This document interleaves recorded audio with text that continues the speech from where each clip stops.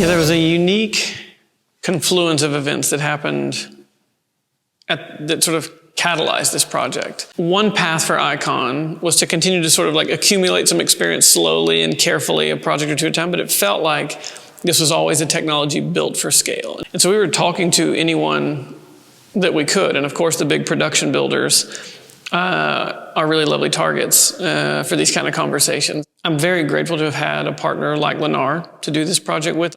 When we settled on the Wolf Ranch development, because it did have a nice mixture of home types. It's really close to town. It felt like the kind of place where you want to do something like this for your first time, because this was going to be special. It's the first 3D printed community in the world. The moment was set up perfectly for us to sort of explode onto the scene, but we had never done more than 10 homes, right? Like, so it's an order of magnitude jump in scale and complexity and capability for all the marbles all at once. And you could feel almost in the dirt that this is the place where we were either going to become the kind of company we believed that we could be, or we were going to fail in the most spectacular way.